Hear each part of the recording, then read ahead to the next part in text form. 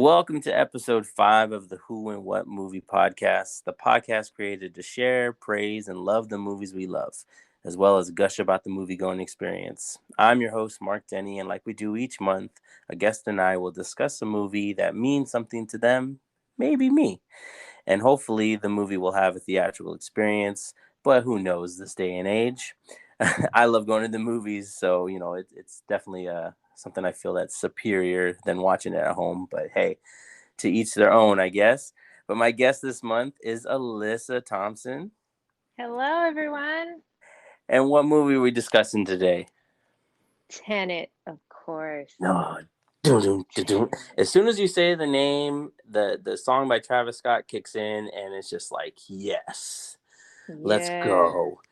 let's do this. Because we live in a twilight world. And there are no friends at dusk. That's what I'm talking about. See, someone who does their homework. I love that. And everyone is like, what are they talking about? I'm confused already. I know they're like, wait, is this the same Tenet we saw that we didn't like? So many dislikes for this movie, huh? It's not right. I know they just don't know how to appreciate it.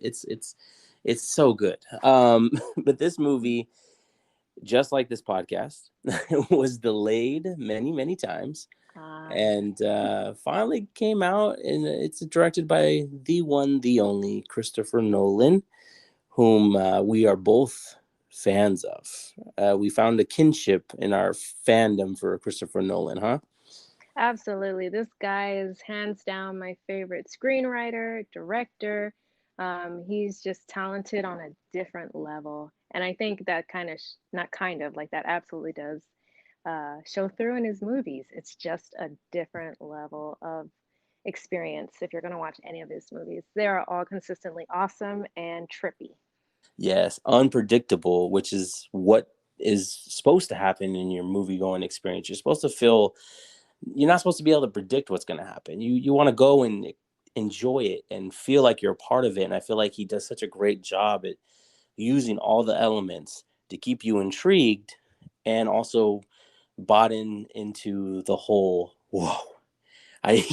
When he does his movies, it goes from the ceiling to the floor, from side to side. You're going to see it on the entire screen. So, and the sound quality, of course, is loud. It's booming, and it's supposed to make you invested in what's going on. Absolutely. And you have to be like, he demands your attention 100%. You can't just halfway.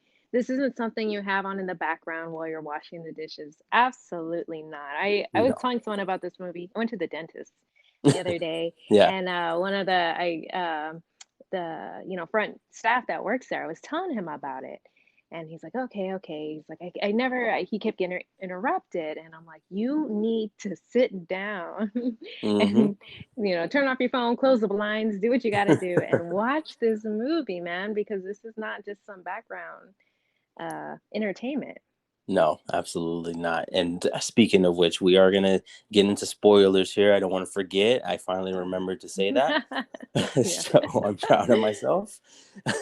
Only a couple minutes in, so woo, saved. Yeah. And not only spoilers, maybe it'll even help explain it a little bit too. So, Hopefully, a little bit, mhm. because I mean, even to this day, I'm still a little confused in some parts. Like once I think I understand it, I go, wait a minute, how did that other part happen though?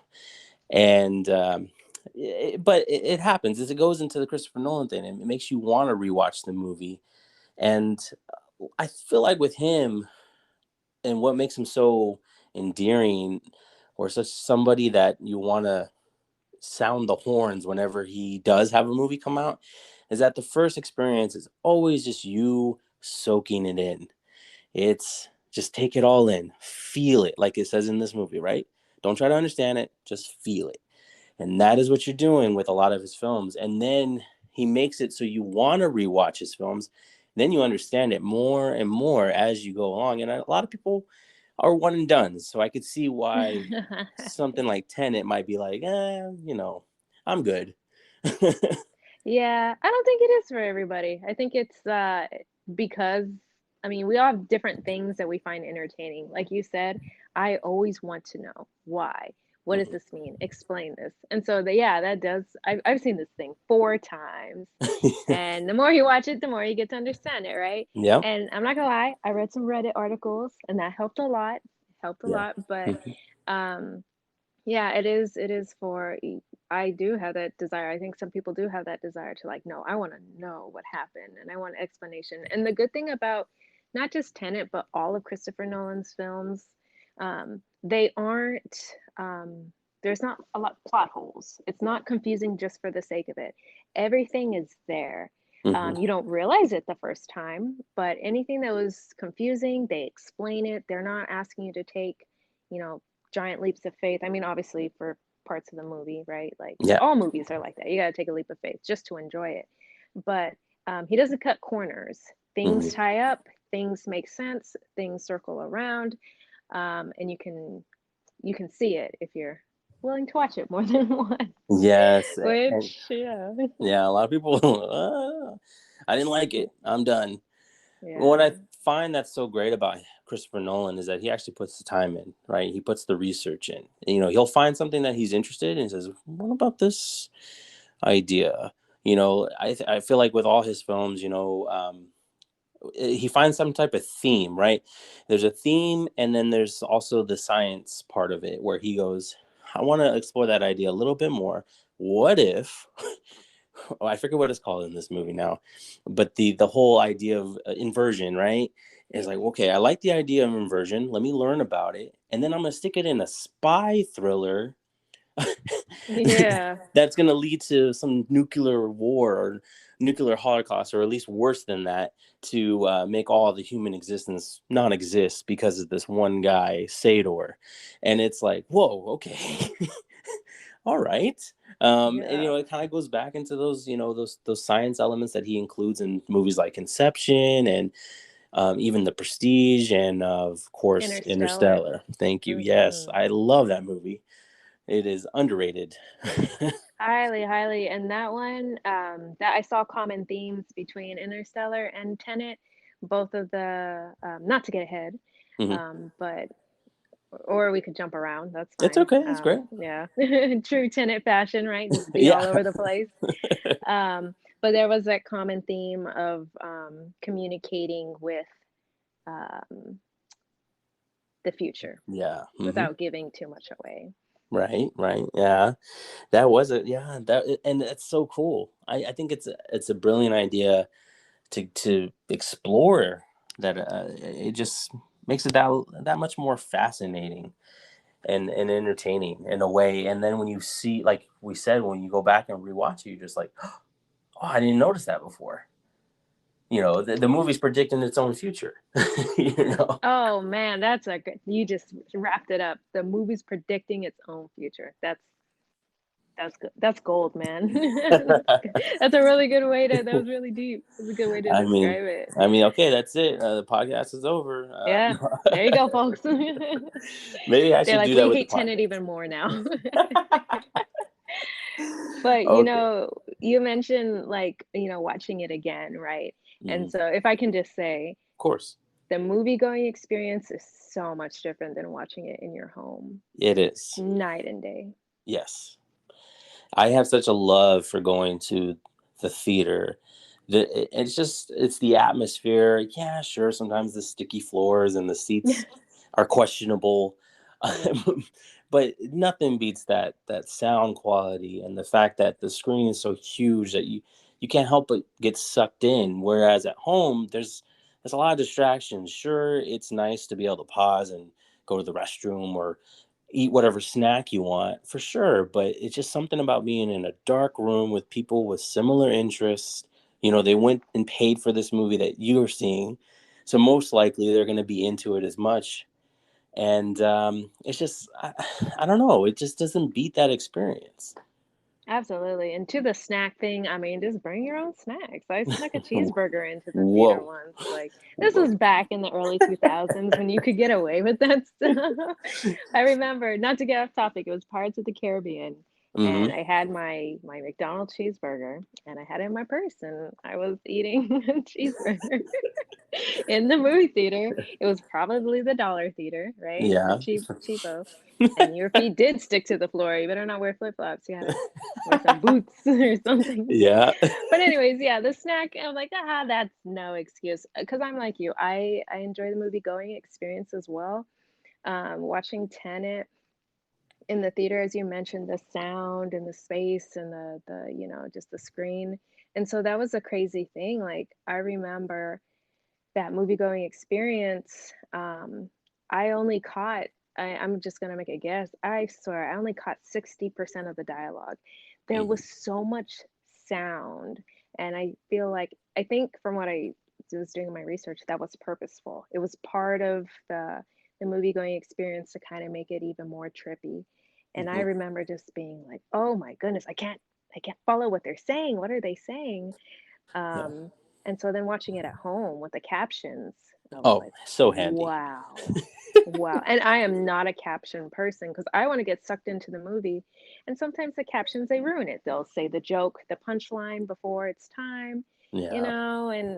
but watching it with the captions probably brought like so much additional clarity to the Yeah. film watching it at home. So, Yeah, and I've kind of gotten used to captioning, and because I used to be adamant, like no caption, but yeah. I'm like, you know what? It's At starting this point, to, yeah. Now I don't have I'm to making question and go, exceptions. what did they just say? Yeah. And to me that's nice. I finally kind of got used to it. So when I'm at home, yeah, I watch things with captions and all that. But obviously, the theater is my favorite place to be. And actually, you and I got to share this theater going experience because this was like a surprise birthday thing brought to you by the love of my life. And I no, first off, that was such a trip that we're going to the movie theater because it was during COVID, obviously, Mm-hmm. and we couldn't go. And of course, I was like, oh, I don't know if I'm going to see Tenet because it's being released, during the pandemic. And then I get this Mm-hmm. big surprise where you guys are all there and we get to watch this movie. And I just like, first off, I'm about to cry because I'm so excited. And then all of a sudden, it happens to be Tenet, Yeah. directed by my favorite director, one I've been waiting to see. And oh man, and I had listened to the score before the movie, and I was like, I always try to picture in my head, like, okay, where's this gonna play? Where's this gonna play? As soon as that first piece of music kicks on at the opera, oh man, Yeah. you are invested. That bass in the theater was making my ears rattle, but man, I was like, oh my goodness, I could have never predicted that this is the scene that this piece of music is playing. And the score is brought to you by Ludwig Göransson, who's incredible composer, did things like Black Panther and Mandalorian, and he kills it with this. A lot of people say it's kind of like a Hans Zimmer-esque score, and that's pretty fair because that is a frequent collaborator of Nolan. But I thought he did a solid job of mixing kind of the heroic moments, a little bit of mixture of hip hop and then Yeah. trippy reverse, obviously, to play on the inversion portions of the films. I thought he did such a great job of blending that all together and I could see why Nolan was like, turn up the bass. For I don't care real. if you don't hear them. I want to hear the music. And that's a good kind of like, not challenge, but that's a good point to make for me. Maybe people didn't, whoever didn't enjoy the movie because it was a lot. The music was undeniably just like it hit. It just Mhm. really did. And like you mentioned, one of the main, well, the main one I think of is the Travis Scott song, right? That Mhm. they The Plan, that's the name of that song, right? Yeah, yeah. And so I didn't realize till the very end of the movie, but they were taking that song, and they weren't just playing that song incorporated into the movie, but it was like the same vibe of that song. Like when he's Yeah. riding on the fire truck, right? But as Oh, you so good. mentioned too, kind of like a flipped, inverted, uh, just kind of like a quasi song of that song, like a Mhm. spin-off of that song, movie Yeah. style, and oh my goodness, so good, so well Yeah. done. Absolutely. And the cast is stacked, of course, a Christopher Nolan movie. Hmm. You got John David Washington, Denzel Washington's son, who has little moments here and there where he sounds like his dad, but I think Oh he yeah. he does a good job at carrying this movie on his shoulders, even though he's not given a lot. Like he obviously is the protagonist, and he fits the role of I'm the hero, and I don't want bad things to happen. But he doesn't get a lot of backstory. Like we don't know No. much about him, where he came from, who is he exactly, except for he fits the name of the character, the protagonist, and when that's all they refer to him as whenever he does get mentioned.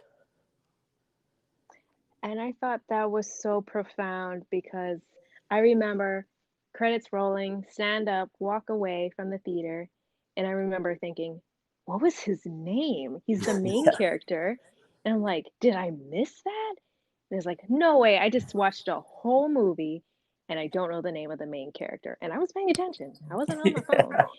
And I Exactly. remember thinking, that's so brilliant, Christopher Nolan, because I remember, I like to write a little bit myself. And I remember asking myself, is it possible to write an entire piece of work, whether it's a screenplay or a novel or whatever, short Hmm. story, without naming the main character?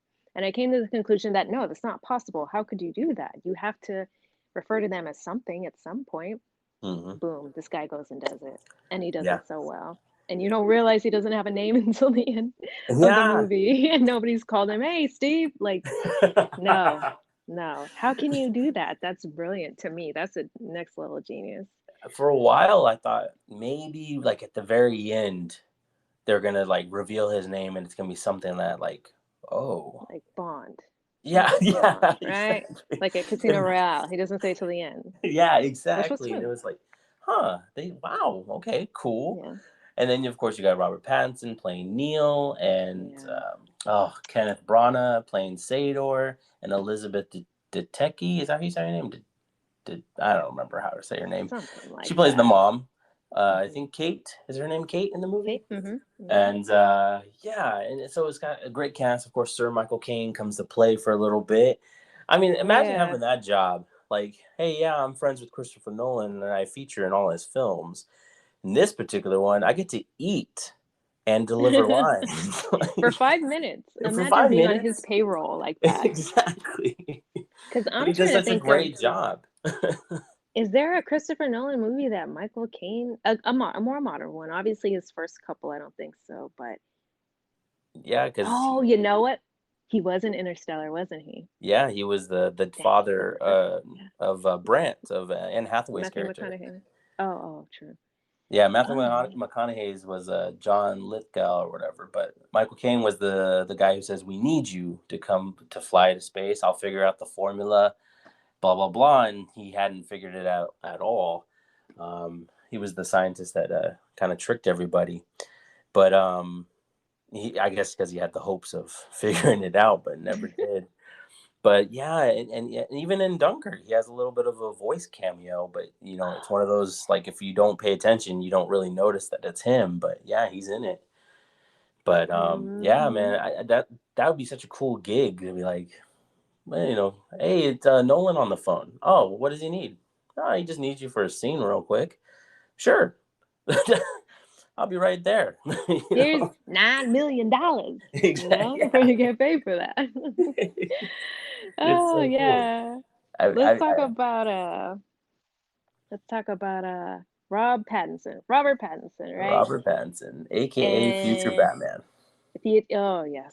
So let's talk about all that. So um I only knew him, as most of us did, from Twilight, right? That was the series. Yep. He was the vampire that glittered, very pale, very sickly looking. Yep. And I was not feeling that guy as an actor because I think it was just Twilight. It was just too much teen girls Mhm. crying and stuff. And so that kind of turned me off. But seeing him in this movie, Robert Pattinson, I realized, Mhm. oh man, this guy's an actor and he Yep. can act and he's good. And I stopped hating him. I loved his character, but then also too, just I thought about it. I was like, wow, this guy is actually pretty doggone good. Mhm. Yep. And And I appreciate him now. yeah, and I know everybody. That's their first thought when they cast him as Batman, and Oh. but I had watched him in a few other films in between. I think something called The Rover, and then Good Times, and they're not movies that I would like. Ah, you got to see, but there was something about it with him that I was like, wow, he pulled off some amazing performances, and so I kind of like grew accustomed to him in more dramatic roles and kind of separating himself from Twilight better than I guess his co-lead Stewart did. But yeah, he well, I guess she's blossoming now. She's figuring out her path. But but for him, I was like, okay, when they cast him as Batman, I said, okay, let's see what he can do. And based on the trailer, obviously it's seems really dark. I feel like Yeah. with Tenet, there were certain parts where I was like, oh yeah, he could pull off a rich billionaire, playboy. But but obviously he's rich, but he looks very emo. But obviously he's gonna do a great job. I mean, come on, he's Vengeance, and I can't wait to see Yeah. that movie. And I heard about him being the next Batman before I saw Tenet. So I was still in my anti-Twilight, anti-Rob Pattinson vibe Mm-hmm. mode. And I thought, oh gosh, like why? Of all the people on this God's green earth, why him? And and I felt that same way about Ben Affleck. I was like, why? I don't know why I don't like Ben Affleck that much. I just don't. But seeing the trailer for that movie, it's a different vibe. I'm used to me, Batman is uh Chris no, sorry, Christian Christian Bale. Bale. Yep. Christian Bale. That's Batman to me, right? And so anyone else is always gonna feel kind of weird. But after watching that trailer, I realized it's a different vibe. Like you gotta let go of some of these, preconceived notions. At least Mm-hmm. I did, because I'm Yeah. like, Batman should be like this, and the Joker should be like this, and Rob Pattinson is only good for playing vampire roles. But no, I mean, you gotta expand your mind sometimes. Yeah, and like I said, I think he's done a great job at veering from that Twilight era, and with Hmm. this one, if you, I don't know if you've seen Christopher Nolan like on set and all that, but there was a lot of vibes that I feel like Christopher Nolan wrote Neil as, I guess a writer always has like an in of like someone that could emulate them. Like I feel like the way he dresses in the film, other than when he goes and visits the Freeport, that's how Nolan dresses, right? A little loose clothing, but Yeah. he's dressing nice at the same time. And I was Scarf. just, yeah, it's like, yeah, it's just like, wow, it feels like Nolan was like, I just want a character to kind of look like me, so I can live through that character or something. That's a good point. I see Yeah, it.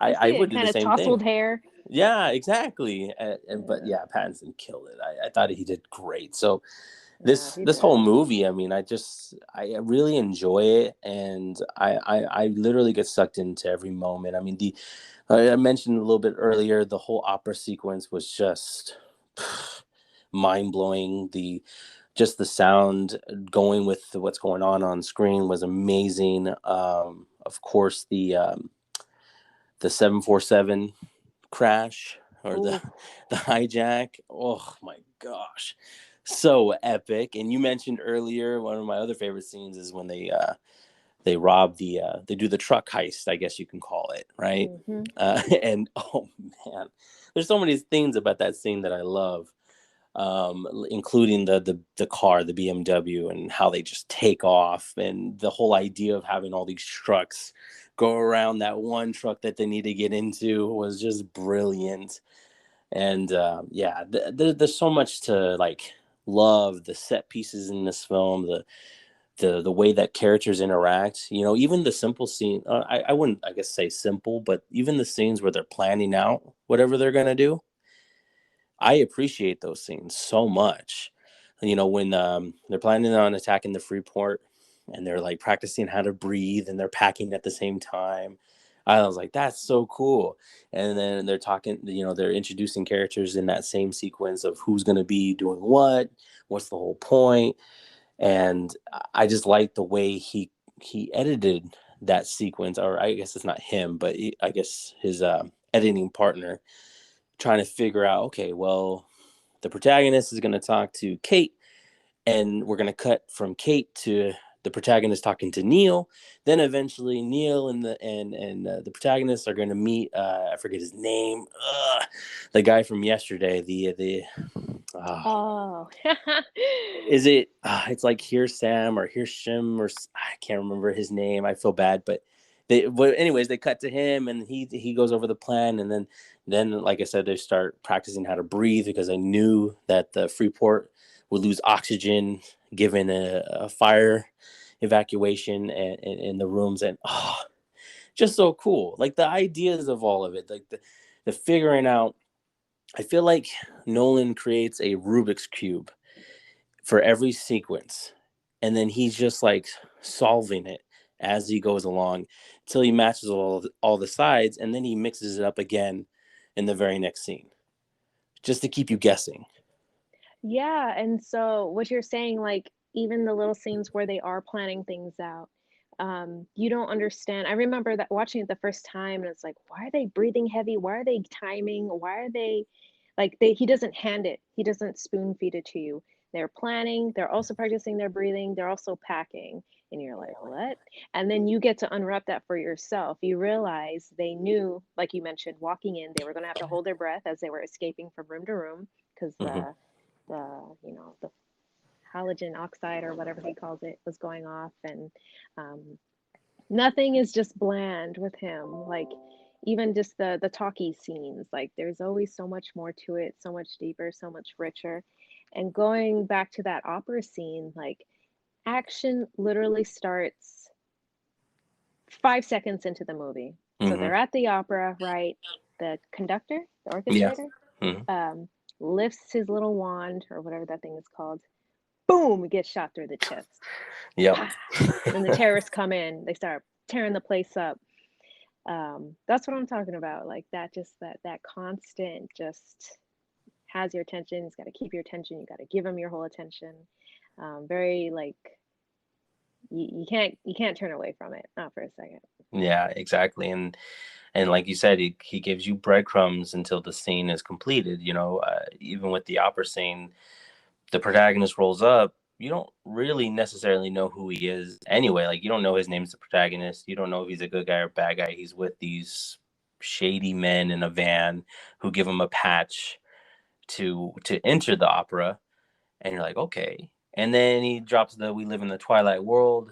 I'm here to save you or kill you, whatever you want to do." He's there for some type of package, and you're like, what is this package? Like, and then he's trying to figure out how to escape, and then also at the same time he gives himself a new mission, because he was like, they're gonna blow up the opera. I want to save these people. And so you get a little bit character beat, I guess, in that sequence, and you also get your first taste of inversion with one of the bullets that well, I mean, let's go ahead and jump ahead. You find out that Neil fires to help the protagonist in that moment. And Which, the go ahead, sir. way that it's inverted, right? So it happens backwards. So he looks and he sees the unshooting of a bullet. Yeah. So whereas us, we would see there's a wall, it was fine, and then bullet hit it, now it's cracked. He looks, he just turns his head and he sees the walls forming back together again, and a bullet gets sucked out. And that bullet almost hit him, but it Mm-hmm. like would have reversed hit him. And so he's like, "What did I just see?" But at the same time, it's high stakes. He's trying to turn off all these bombs. So he's like, "I saw something weird, but I'm also really busy trying to turn all these Yeah. bombs." So it's like I don't have time to figure out what that was. But he sees someone help him and then run away, right? Yeah. Mm-hmm. And he's like, "Who is that guy?" But it's Yeah. very confusing, this first scene, because as you mentioned, they're all in SWAT gear. So he's just put on a Ukrainian police badge. So he's Mm-hmm. supposed to blend in as Ukrainian police, but then also blend in with what the terrorists look like. So it's a lot. But yeah, that's Yeah. our It's, first it's a taste of it busy, inverted. busy scene, but I almost feel like, now that we're talking, you were mentioning that how the bullet. I wish we could see the movie in Neil's perspective, and let's do Oh, a yeah. sequel through Neil's eyes. Oh, Like, could that you would be so imagine? cool. That would be so confusing, but also so cool. Because I mean, are we doing spoilers? I guess Of you course, of said, course. because he essentially, again, jumping around, right? He dies in Yeah. this movie. Yeah. Yeah, he dies. Yet Gives he quite a walks away. speech. I love that As a dead speech. man, right? A Yeah. very, very chill about the fact that he dies at a young age. Well, he's very what's the word? The whole movie he's like what's happened. Like he hammers that point every time the protagonist questions anything. What's happened. You can't change it. And so when he found out that he's probably going to die, he was like, well, that's what's supposed to happen. And he's nonchalant because he is an agent of this chaos called time. And I think that was great. And the whole idea of that, he goes, we're friends. We get into some stuff. Like, I'm like, man, I want to see more of this world. Like, his speech that he tells, when the protagonist finally realizes you're the one who recruited me. We're actually friends. And, this seems like it's the end of a beautiful friendship. And I'm like, dang. And then it makes so much sense when early on in the film, when Neil's able to pick the drink that he drinks, like the Diet Coke, right? That's And right. yeah, and it's like, wow, that's so cool. And the fact that and then it becomes one of those things like, because me, I'm a sucker for friend stories. And that's probably why I'm so attached to it, because I'm like, wow, that's so cool. This is technically a story about friendship in reverse. Um, Ah, friendship in reverse. That's right, y'all. See, we're explaining it. We're explaining yeah, see, that's what it's all about. It's a buddy comedy. Yeah. So stop being so hard on it. No, I'm just kidding. I'm just kidding. So yeah, and that's a trippy thing too, right? So we're introduced, the protagonist goes to, oh man, what country does he go to? It's Is it India? Mumbai, I believe. Mumbai, yes. He goes to Mumbai to get some, find out more about the bad guy after learning about what inversion is. And he meets Neil there. That's his contact in Mumbai. So we're introduced to Neil, Robert Pattinson, as they're meeting for the first time. We're meeting this guy for the first time. Hmm. But throughout the movie, he's like, why does this guy know so much? He's always a True. step ahead. And at a certain Hmm. point in the movie, even the protagonist like pushes him against the wall and it's like, you're dirty, like you're on the other side. How do you know so much more than me? And that's all it really is. He has just lived through all of this already, but he can't explain that to him. Yeah. Sits down, sits next to him. Okay, I've already lived out everything we're about to do. Hmm. So just like that wouldn't work. And that's very realistic. You just got to hold your tongue, really. Yeah, Um, and it's like he also mentions like there's a certain thing like if I tell you, would you have done the same thing? There was a particular scene I think when they finally decided to do inversion, try to save Kate, and they have to go back through the Freeport. You finally get that explanation, but afterwards he says, "Would you have done anything different if I told you what happened?" And it's like such a weird game of manipulation of what you know and what you can say, what can you say will alter, but at the same time it feels like it's not about if this happens, this never happened. It seems like it's more of a branch reality type of thing where yeah, sure, you do this at this point in time, but if you decide to go back in time to not do that, it's not going to stop whatever happens from happening, which is like, what? yeah. And you literally quoted him at one point. He's like, what?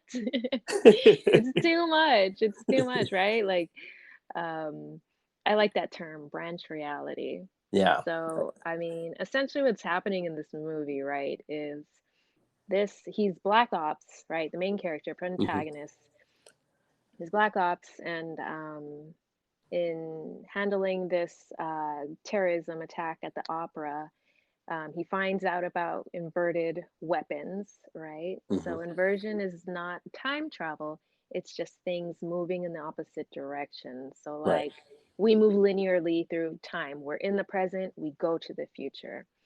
So essentially, the big deal with this movie is the future. Those people are attacking the present. Obviously, the present doesn't know what's going on, right? But the idea is they're going to reverse the flow of energy, which energy and time, scientific, this is science, y'all. Those two things are related. So if you reverse one, you reverse the other. And then the people in the future would have the upper hand and would be able to annihilate everyone in the present.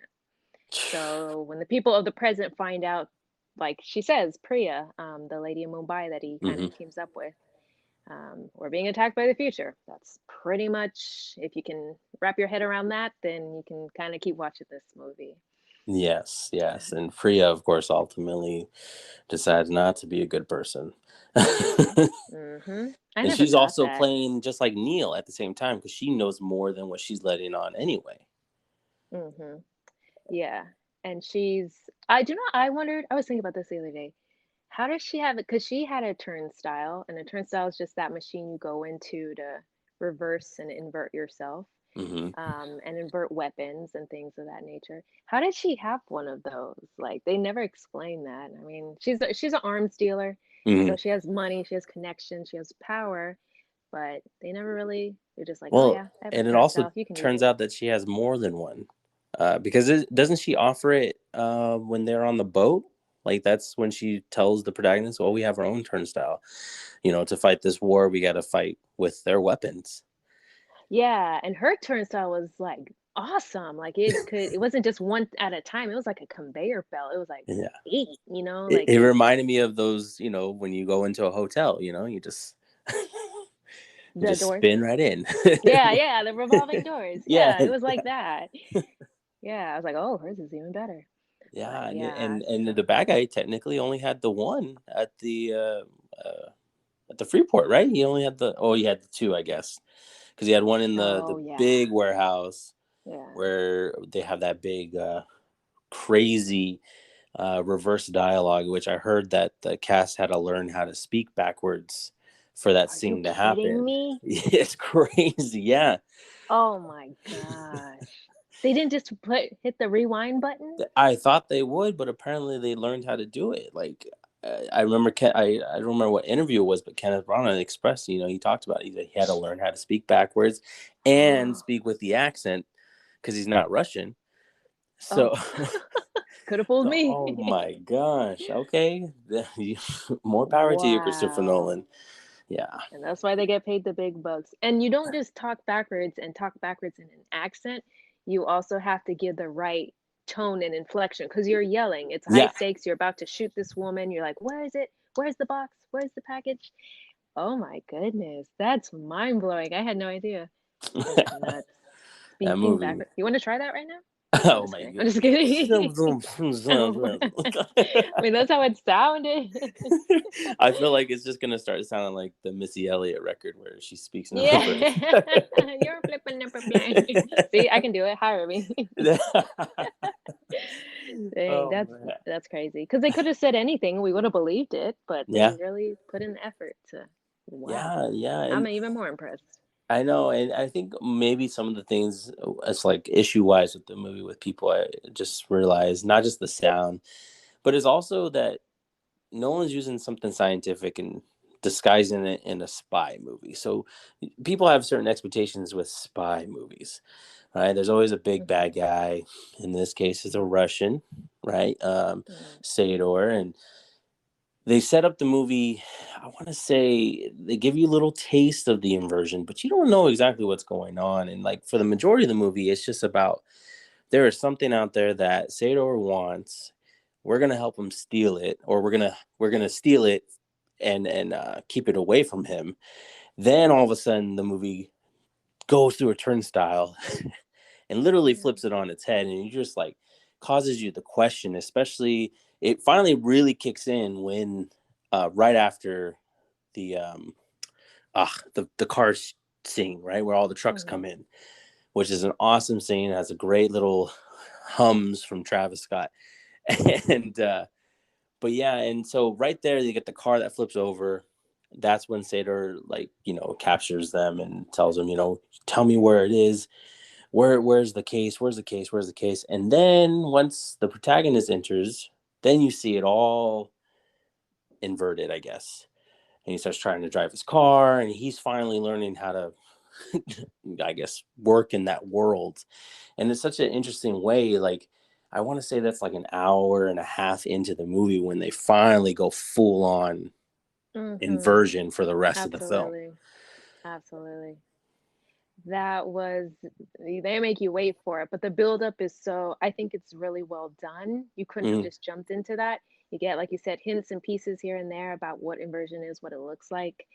Um, and then he's like, well, I'm going to invert myself now, because this, the bad guy, his wife, Catherine, right? yep. Cat, I think they call her. And he has her as hostage, but the wife is working with the protagonist to kind of, help him get close to Sador. And that's the thing too. It took forever just to meet the bad guy. Like he had to Yeah. go through all this just to even meet Sador, Yeah. which kind of is a testament to how big and powerful and how dangerous he is. That's the only way he could get in was through his wife, and so he inverts himself, and just everything is just backwards. When he runs, like it looks backwards, and when he's driving his car, it's just imagine doing everything backwards to move forward, and it's such a trip. And they do a good job, I think, of like I felt it, like, oh, it would feel so weird to move that way. Yeah. So he has to essentially, since he's inverted in normal time, he's driving his car in reverse the whole time. This is what it looks like to a normal person, but to him it looks like he's moving forward. Yeah. So it's just the biggest trip. It's a lot of science to kind of keep up with, like how they plan that out to make that work. Yeah. And that's the art of it all, is the Nolan's use of practicality. He rarely uses CGI. So a lot of it is him actually figuring out how to show the audience this is what it looks like. And it's such a trip. I remember watching the behind the scenes, and I know they talked about the car, but I don't have it fresh in my brain. But just the sequence where the bullet into glass, he figured out Yeah. how to make it look like it's coming, from make it inverted, like how it looks when it goes in and how it looks when it comes out, because they showed that scene twice, and it's just like, wow, the just all the little details that he doesn't get a lot of credit for, of figuring out, I'm going to tell this story and I'm going to use as much practical effects as possible. We're going to figure out how to do XYZ. We're going to flip a car in reverse without having to put the footage in reverse. Okay, cool. We're going to figure out how to make a car go really, really fast backwards with and they do it. They fix it where the I forget whatever car Cat's in, and she's going in reverse, locked in.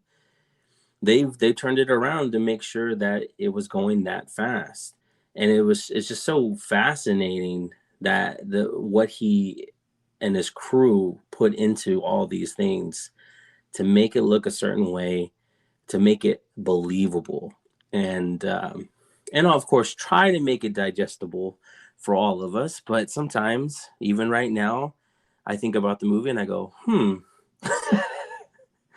I don't know if I quite understand that. But man, I love this movie. And it's the same for me. Like I've seen this movie 4 times. I read some articles, right? Like you done some research. Oh, that's what that is. And kind of going back to the opera scene, I still am not 100% sure how that ties in with everything. And I Mm, think the thing about this movie is it's moving, just the whole point of the movie is inversion, and half half the movie you're moving forward in time, and then you go into the next act or the next section of the movie, I don't know, part 2, mm, and then you see that kind of like inversion as well. So the whole movie is even doing what they're talking about in the movie. And so if I'm right, it's kind of like a circle essentially, this movie. You mm, come back to the single point, whether that's the opera scene, which is what I'm wondering if that's what it is, right. or that battle at the end where they split the task force, the army, into 2 teams. One's moving forward in time, one team is inverted. Um, it's just the whole movie's inverted. The whole script is inverted. And Yeah. you see that in the movie. You realize the first time they go to the airport, they get attacked by these uh, guys in black SWAT suits, helmets. You can't see who they are. And you're like, whoa, that was weird. It was random, right? Bullets are flying opposite. The fight scene. Oh my goodness, the fight The scene, inverted fight right? scene. Yeah. The inverted. Which one? Okay, so we watch it first, and you're like, you know, protagonist is in a suit. He's like, whoa, what's going on? This is the beginning of the movie. Right. Then in the last what hour of the movie, the exact same scene, the exact same fight. You realize, oh my gosh, now you're on the other side. Yeah. Watching the other point of view. And so, which scene, the first time or the second time they go do that fight scene, which one was the inverted one? Which one was like the regular one? Because they both Well, looked really weird. I was like, what am I th- watching? they are both really weird, but obviously, it switches, right? When you in the first time they do the sequence, it's the protagonist in a suit, and he's obviously in linear time, and who he's fighting is inverted. So then later on, we get it from the other perspective, where we see that inverted one is actually the protagonist, but now we're in his little in his time zone, I guess, his linear Yeah, time, let's call it considering, that. and the other one's technically inverted. But you know what? Now that I think about it, you're right. Like, hmm. But that fight scene is just crazy, and credit to John David Washington for he had to do all of that. Yeah, some of it probably with a stunt double, but he had to go and film it regular and then film it in reverse, and and the idea is to make it look like, well, he is kind of like the Jedi Master, if you will, or the Morpheus, Yeah. right? Or or it reminded me of, like, speaking of Morpheus, the Matrix, when Neo is fighting Mr. Smith and he knows all the moves. That's what it kind of feels like with with the protagonist. He knows all his own moves, so he's gonna Yeah. stop them all. And it's such an interesting fight. And I guess everyone goes back to this part. I don't know if you noticed, but in the beginning, it kind of makes sense that he fires off the gun, the inverted guy. But then he's like, well, now that we know that it's him, why is he shooting the gun when he goes back into the turnstile? I wonder if it was an idea just like to make it, I don't know, to make him push him into the turnstile or what. I don't know, but people have pointed that out in those reviews. Like, why did he shoot if he knew it was himself? My only answer, just top of the head, what I would think, maybe it was either when you're struggling with a gun and maybe it was Mm. actually the regular guy pulling the trigger. No, no, that doesn't make sense because then we shoot his own brain out. Man, maybe it was, I took it as, so my second thought was that firing was just like warning. Like, obviously, I don't want to kill you because you're me. I'm Yeah, literally fighting myself, but I do need you to get your hands off me. So I'm going to shoot right next to your head. But yeah, because when we watch that scene the first or the second time, it's inverted. So the yeah, bullets are shooting out of the glass into the gun, and you see yeah, the glass that was cracked. Now it's fixed, and it's so trippy. Like it's so backwards yeah. and so well done. Even like the noises and the scuffing of of a fight, Oh, yeah. you can tell even that the breathing, you can tell even that is backwards. The sound, just everything is so they really committed to the whole inverting.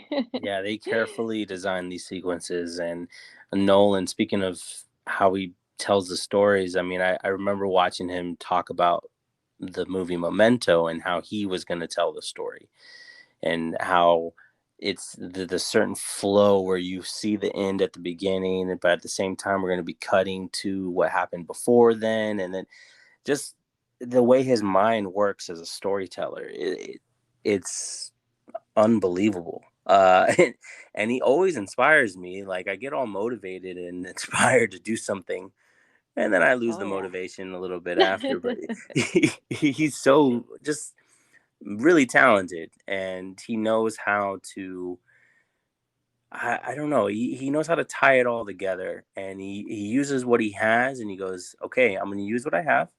It's going to look big, it's going to look grand, but at the end of the day, if you look at this movie, it happens in like, I mean, it's worldwide, but the big set pieces happen twice, or at least the Yeah. 747 scene happens twice. You get to see it one way and you get to see it in another way at the end. And then even with the military strike, you're seeing it from two different perspectives, and it's a trip, especially that scene where everything's blowing up and the the rocket launcher scene when they shoot once to unexplode it and then shoot it again to knock it down. What? Oh gosh. I There's didn't even so much realize that was science. I didn't even know that's what they were doing until you said that. Oh man, yeah, that scene is a trip. The whole movie is a trip, and it's for lack of a better term, it's wonderful though.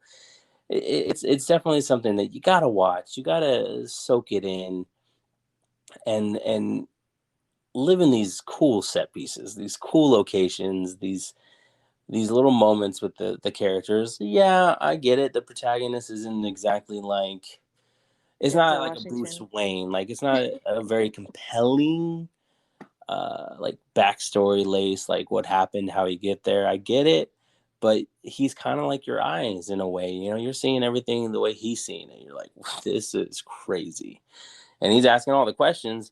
Although he's a little bit smarter, so when he's asking questions, he's able to refer to, uh, you know, research.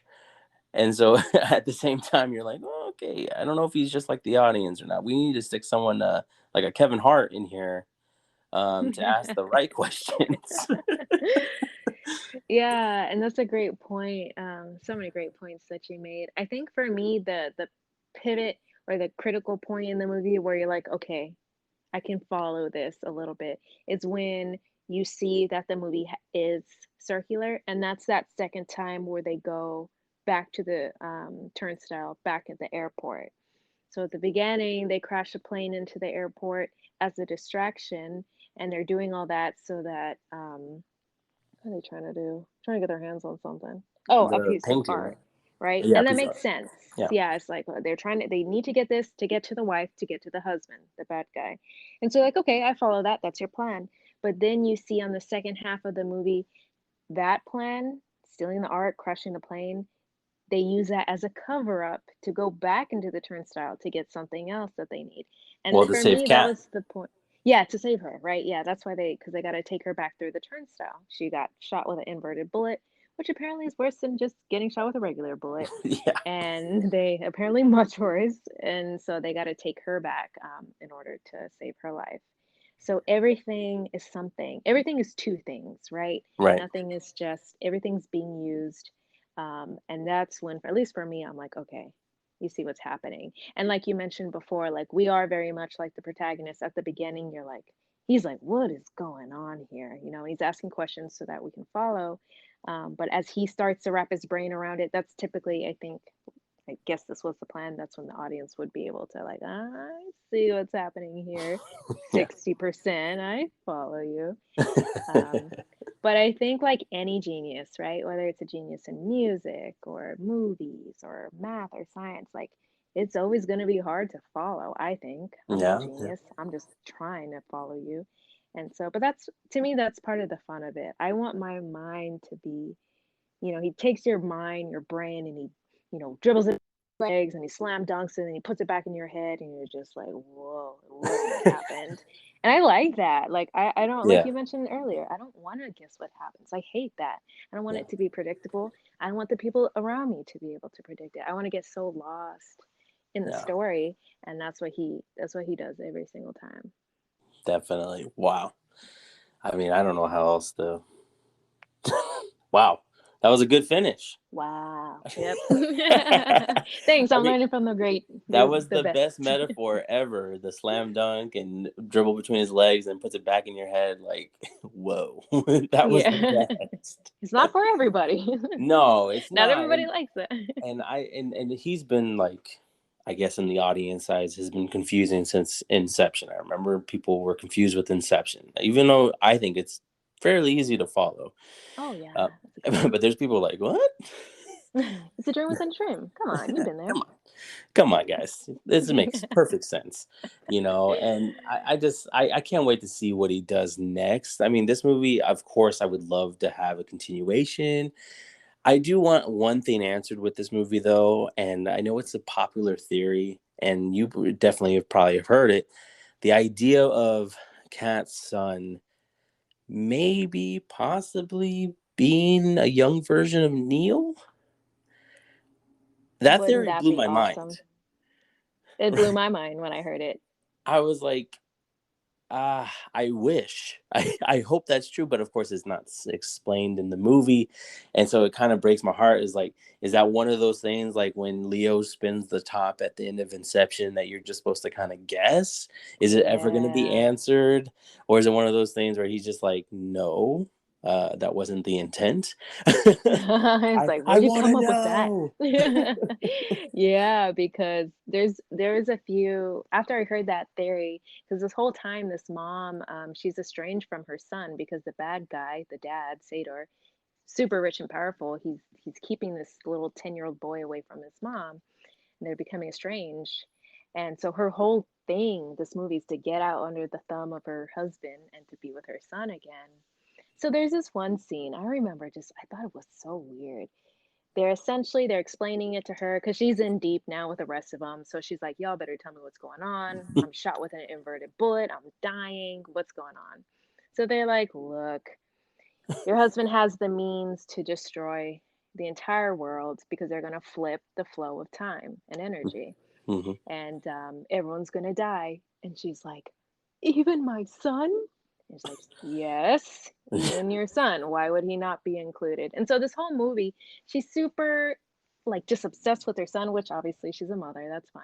Mhm. But that to me was kind of like, huh, maybe that's like, the little, what's it called? The little drop, the little hint that this kid is very special and very important. He grows up to be Neil. He grows up to be recruited by the protagonist, even though the protagonist doesn't even know that the first half of the Mhm. movie. And that would be like such a really cool thing. Or maybe he's just a random little kid. But I Yeah, like that theory. I like it a I lot. do I don't really too. And have it's like, anything to yeah, and prove it. Neil's been inverted X amount of times, and it'd be so Oh yeah. cool to be like, all you had to do was say one line, because of you, I got to see my mother. Like, imagine that mic drop Yeah. when you're figuring Then we would everything out, know. because they have that, like you said, they had that conversation, and he saved her life technically with the inverted round, and so it have been like such another cool little circle if it were true. Of course, we might not know. And I keep thinking, I was like, if they could do a sequel, just I don't know what they would do. Maybe do something in the future where he actually meets Neil for the first time. I don't know, but I think there's a lot more in this world that they could do. But I mean, I don't know. I feel like Nolan is kind of done with sequels after the Dark Knight trilogy, which is Mm. so amazing. But I don't know. But I also think he is that type of filmmaker. Is like, I could do a sequel, but I'd rather you just sit there and kind of overthink it, think For the about it. rest of I your want life. it to, yeah, I want it to be on your brain. I want it to be memorable, and I want it to be an unforgettable experience. And I want you to make your guess and your make those questions. But at the same time, I'm not going to answer it for you. And I'm sorry, but I hope you enjoyed the movie. But I'm not going to build anymore. I'm going to do something else next, and I respect that too. Because he's just such an exciting filmmaker that he doesn't have to be tied down to, say, a franchise or anything like that. He's a big enough name where if a movie being made by him is coming out and they want to put out a trailer, one of the first names you see is a film by Christopher Nolan. Like, Yep, and you already know what they're about yeah, to get into. it's just amazing. It's so cool because I remember when Batman Begins came out, and Well, first that was like two new things, right? Christopher Nolan was a new name, and then I never knew Christian Bale before Batman Begins, so I was like, "Who's this new Batman?" And then I grew to love both of these guys, and they both, ever since then, honestly, both Christian Bale and Christopher Nolan have continued to show me how much of a powerhouse they both are, and haven't disappointed. That's why they're my number one actor and number one filmmaker, because they just know how to do it. They know what to pick. They know what to, I don't know. Christopher Nolan knows how to write. He knows how to write, and Nolan and Bale knows how to act. So it's like perfect. I really, if I were to say anything about what project I would like to see next, I would like to see them collaborate one more time. I know they did Batman and they did The Prestige, but it'd be cool to see Bale and Nolan team up one more time. It'd be cool to see Nolan team up with Denzel Washington or even Tom Cruise. That would be kind of cool. See, I couldn't. I feel like Tom Cruise and Christian Bale are like opposite sides of the spectrum. Like Well, I fair don't enough. know, and it's weird because I don't. Unlike Ben Affleck and poor Rob Pattinson, I don't know why, but I don't dislike Tom Cruise. He's more of a celebrity than an actor to me. He's Mhm. kind of just Tom Cruise, you know. He does the Yeah, yeah. same thing. Actually, my boyfriend and I just watched Top Gun for the first time a couple of days Classic. ago. Okay, I'm glad you said that because we were like so disappointed. We were shocked and disappointed. We were like, what is this? Everyone's hyping this movie up so much. And I'm sorry to get off topic, but we were not feeling it. But then Well, to be fair, and it's from the that's 80s. that's different. Yeah, exactly. See, I grew up on Top Gun. My mom loved Tom Cruise, so I grew up with it. So all the cheese and all the stuff, the amazing score and the Kenny Rogers song, like I Yeah. grew up with that, and so it's nostalgic to me, and I'm best believe I am hyped for the sequel because of Tom is he's at the height of his, at the height of his game right now as far as like stunts. Like he can kind of do Yeah. everything. So the Hmm. fact that they're actually going to get into fighter jets and fly around and get these most incredible aerial shots that we've never seen before. Oh, I'm so excited. And I'm sure the movie's going to have some cheese in it too.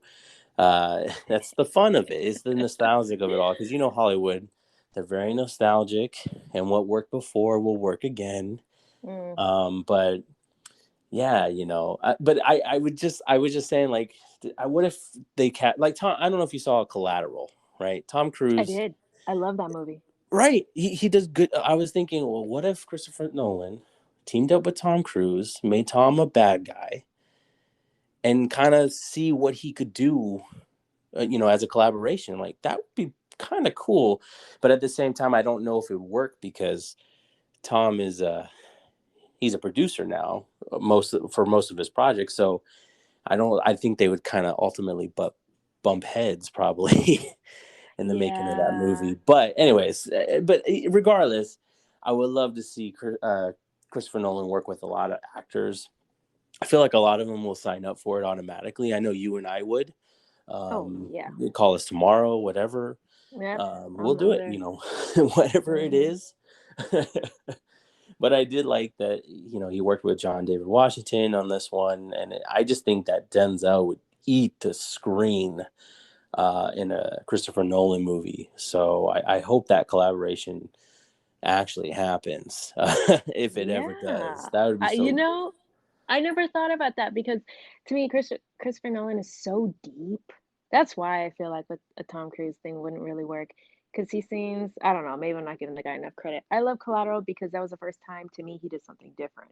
The Yeah, bad guy. When is Tom Cruise ever the bad guy? But exactly. Christopher Nolan is just so deep and profound. And to the point for, if anyone didn't really care for this movie, I think we all are pretty much Christopher Nolan fans because we all love The Dark Knight. I have yet to find a human being that was like, that movie wasn't that great, right?